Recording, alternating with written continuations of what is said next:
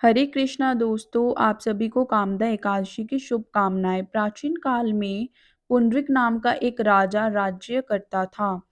वह भोगीपुर नगर में रहता था। राजा प्रजा के लिए कोई काम नहीं करता था और किसी भी तरह प्रजा का ध्यान नहीं रखता था। हर वक्त भोग विलास में डूबा रहता था। उसके ही राज्य में एक पति पत्नी रहते थे जिसका नाम ललित और ललिता था। दोनों आपस में सच्चा प्रेम करते थे।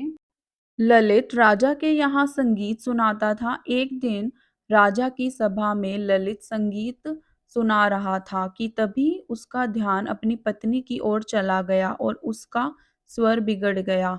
उसे देखकर राजा पुंडरीक का क्रोध सातवें आसमान पर पहुंच गया। राजा ने इतना क्रोधित हुआ कि उसने क्रोध में आकर ललित को राक्षस बनने का श्राप दे दिया। राजा के श्राप से ललित मांस खाने वाला राक्षस बन गया। अपने पति का यह हाल देखकर ललिता बहुत दुखी हुई।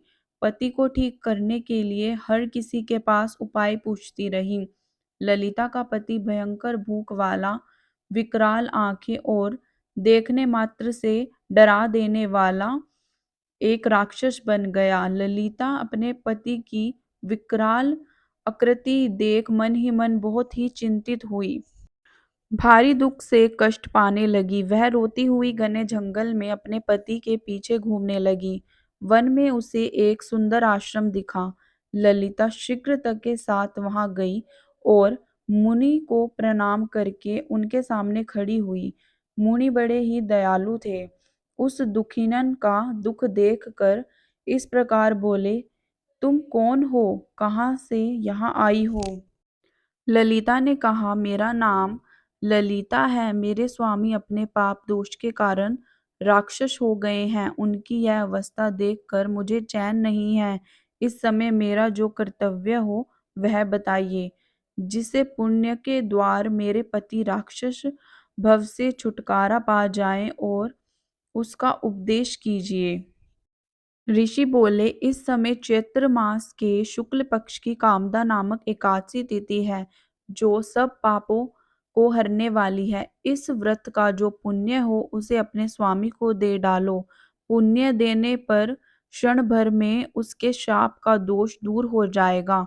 मुनि का यह वचन सुनकर ललिता का बड़ा हर्ष हुआ और उसने एकादशी का उपवास करके द्वादशी के दिन उन ब्राह्मण के समीप ही भगवान वासुदेव से अपने पति के उद्धार के लिए यह वचन कहा, मैंने जो यह कामदा एकादशी का व्रत किया है उसके पुण्यता प्रभाव से मेरे पति राक्षस भाव से दूर हो जाएं।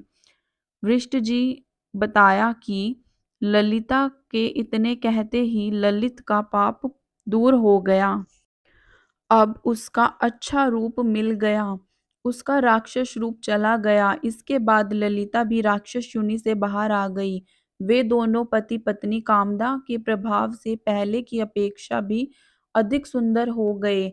सभी को एकादशी के व्रत का पालन करना चाहिए। कामदा एकादशी ब्रह्म हत्या आदि पापों और पिशाच आदि दोषों का भी नाश करने वाली है।